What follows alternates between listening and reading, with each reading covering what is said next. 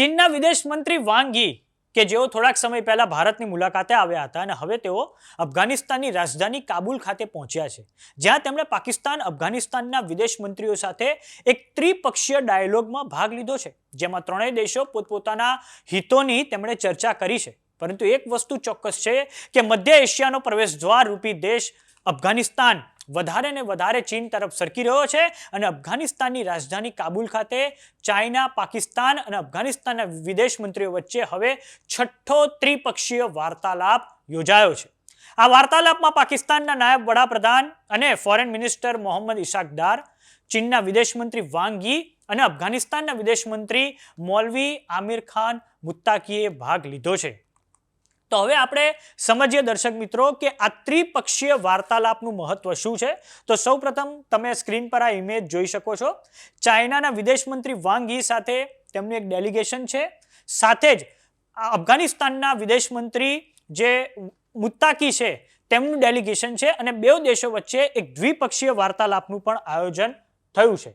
તો દર્શક મિત્રો હવે આપણે સમજીએ કે આ ત્રિપક્ષીય વાર્તાલાપ થકી ચીન, પાકિસ્તાન અને અફઘાનિસ્તાનનો શું પ્રયાસ છે. તો સૌપ્રથમ આપણે ચીનનો પ્રયાસ સમજીએ. તો ચીનનો એ પ્રયાસ છે કે પાકિસ્તાન અને અફઘાનિસ્તાન વચ્ચે જે અંતર આવ્યું છે તેને ઘટાડવામાં આવે. સાથે જ પાકિસ્તાનને અપેક્ષા છે કે અફઘાનિસ્તાન વધારે ને વધારે ભારતની નજીક ના સરકી જાય. હવે વાત કરીએ ત્રિપક્ષીય વાર્તાલાપના મુખ્ય એજન્ડા શું રહ્યા છે. તો આ ત્રિપક્ષીય વાર્તાલાપના એજન્ડા રહ્યા છે, પહેલું કાઉન્ટર ટેરરિઝમ અને બીજું સીપેક કોરિડોર એટલે કે ચાઇના પાકિસ્તાન ઇકોનોમિક કોરિડોરનું અફઘાનિસ્તાનમાં વિસ્તરણ કરવું. હવે સમજીએ કે આ જે ચાઇના, પાકિસ્તાન અને અફઘાનિસ્તાન વચ્ચે જે ત્રિપક્ષીય વાર્તાલાપ થયો તેનો પહેલો એજન્ડા રહ્યો છે કાઉન્ટર ટેરરિઝમ. હવે તમને પ્રશ્ન થશે કે પાકિસ્તાન જેવો દેશ પણ કાઉન્ટર ટેરરિઝમની વાત કરે છે. તો હા, પાકિસ્તાને જે છેલ્લા 25-30 વર્ષથી આતંકવાદનું જે તુષ્ટિકરણ કર્યું છે તે આતંકવાદ હવે પાકિસ્તાનને પણ દજાડી રહ્યો છે. તો હવે આપણે આગળ સમજીશું કે કઈ રીતે આ આતંકવાદ પાકિસ્તાનને દજાડી રહ્યો છે. સૌપ્રથમ વાત કરીએ કાઉન્ટર ટેરરિઝમમાં, તો તેમાં એક સંગઠન છે Islamic State of Khorasan Province. Islamic State of Khorasan Province આ આતંકવાદી સંગઠન છે જે અફઘાનિસ્તાનમાં નવી તાલિબાનની સરકાર બની 2021 પછી તેનું વિરોધી છે. સાથે જ તેને પાકિસ્તાન તરફથી હથિયારો અફઘાનિસ્તાનમાં હુમલા કરવા માટે આપવામાં આવે છે. બીજું સંગઠન છે તહેરીકે તાલિબાન પાકિસ્તાન TTP, જેણે પાકિસ્તાનમાં હાલમાં ખૂબ મોટા પાયે આતંકી હુમલાઓ કરાવડાવ્યા છે અને પાકિસ્તાન એવું માને છે કે તેને અફઘાનિસ્તાનની તાલિબાન સરકાર દ્વારા હથિયારો અને લોજિસ્ટિક આપવામાં આવે છે. તો હવે વાત કરીએ ચીનની. તો ચીન પણ આતંકવાદના લીધે ક્યાંક ને ક્યાંક કંટાળેલું છે. તો આ નકશામાં તમે જોઈ શકો છો દર્શક મિત્રો, ચીનનો સૌથી મોટો પ્રાંત છે શિંગજિયાંગ પ્રોવિન્સ અને ચીન આ શિંગજિયાંગ રાજ્યમાં વર્ષોથી ત્યાંની એક જે માઇનોરિટી છે ઉઈઘર મુસ્લિમ તેનું દમન કરતું આવ્યું છે અને ઉઈઘર આતંકવાદ અફઘાનિસ્તાનમાંથી ચીનમાં હુમલાઓ કરે છે અને હવે ચીનની અપેક્ષા છે કે અફઘાનિસ્તાનની આ જે નવી તાલિબાનની સરકાર છે તે ઉઈઘર આતંકવાદીઓની સામે કડક પગલાં લે. પરંતુ તાલિબાન અને ઉઈઘર મુસ્લિમ છે તેમની વચ્ચે ખૂબ ઊંડા કનેક્શન છે. હવે વાત કરીએ ત્રીજું એક જે ચીન માટે માથાનો દુખાવો સૌથી મહત્વનો એ પણ છે કે ચાઇના પાકિસ્તાન ઇકોનોમિક કોરિડોર જે છે, આ જે છે શિનજિયાંગ પ્રોવિન્સ અને પછી POK માંથી પાકિસ્તાનમાં થઈને આ જે ગ્વાદર પોર્ટે નીકળે છે, ચાઇના પાકિસ્તાન ઇકોનોમિક કોરિડોર,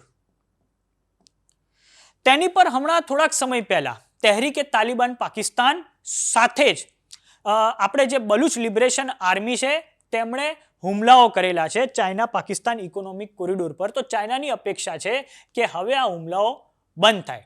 બીજું સૌથી મહત્વનો એજન્ડા એ છે ત્રિપક્ષીય વાર્તાલાપમાં કે one belt one road initiative અંતર્ગત જે ચાઇના પાકિસ્તાન ઇકોનોમિક કોરિડોર છે તેનું અફઘાનિસ્તાનમાં વિસ્તરણ કરવામાં આવે. આમ ચાઇનાની નજર હવે અફઘાનિસ્તાનમાં જે તેના જે રિસોર્સિસ પર છે તેની પર છે. અને તાલિબાનની જે નવી સરકાર છે તે પણ એવું માને છે કે ચાઇના પાકિસ્તાન ઇકોનોમિક કોરિડોરનું જો અફઘાનિસ્તાનમાં વિસ્તરણ થાય છે તો તેનાથી અફઘાનિસ્તાનમાં ઇન્ફ્રાસ્ટ્રક્ચરનો વિકાસ થશે, જેનાથી નોકરીઓ વધશે અને બેરોજગારી ઘટશે, અને સાથે જ અફઘાનિસ્તાનમાં જે પ્રાદેશિક સહયોગ છે તેમાં વધારો થશે. પરંતુ તાલિબાનની નવી જે સરકાર છે તેની તકલીફ એ છે કે ઓગસ્ટ 2021 પછી તેની પર અમેરિકા સહિત પશ્ચિમી દેશોના ખૂબ મોટા કડક સેન્કશન્સ છે, એટલે કે પ્રતિબંધો છે. સાથે જ તેમની વિશ્વભરમાં જે એસેટ છે તેને અમેરિકા અને પશ્ચિમી દેશો દ્વારા ફ્રીઝ કરી દેવામાં આવી છે. તો હવે અફઘાનિસ્તાનના આશા છે કે ચાઇના પાકિસ્તાન ઇકોનોમિક કોરિડોરનું વિસ્તરણ થાય અફઘાનિસ્તાનમાં, જેનાથી અફઘાનિસ્તાનમાં વિકાસ થઈ શકે. હવે વાત કરીએ ચાઇના અને અફઘાનિસ્તાનની, તો 2023માં ચીન અને અફઘાનિસ્તાને એક મિનરલ એક્સટ્રેક્શન ટ્રીટી $550 મિલિયન છે તેની પર હસ્તાક્ષર કરવામાં આવ્યા હતા, કેમ કે અફઘાનિસ્તાનમાં ખૂબ મોટા પાયે લિથિયમ સહિત જે રેર અર્થ મિનરલ છે તેનો ખૂબ મોટો ભંડાર છે અને ચીનને અફઘાનિસ્તાનના આ ખનિજ તત્વોમાં ખૂબ જ રસ છે.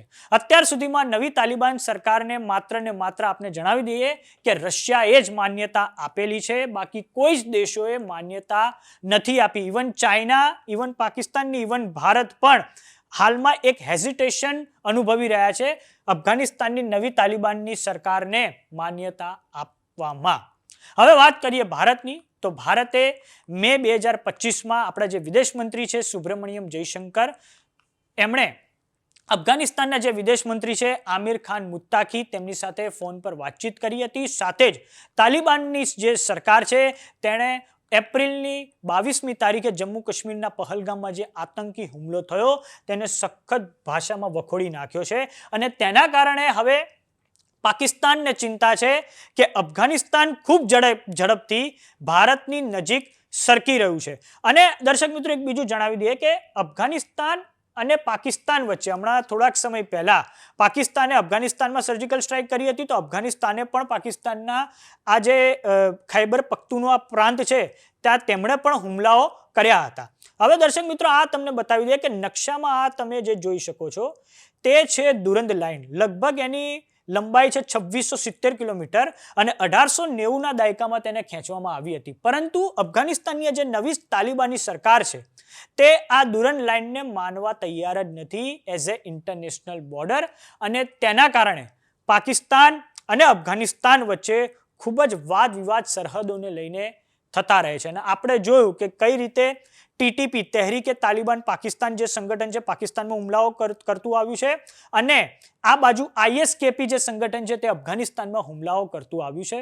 માટે હવે ચીનનો પ્રયાસ છે કે એક તો કાઉન્ટર ટેરરિઝમ થકી અને ચાઇના પાકિસ્તાન ઇકોનોમિક કોરિડોર થકી બેવ અફઘાનિસ્તાન અને પાકિસ્તાન વચ્ચે જે ખાઈ છે તેને પૂરવામાં આવે અને ચાઇનાનું પ્રભુત્વ અફઘાનિસ્તાનમાં વધે.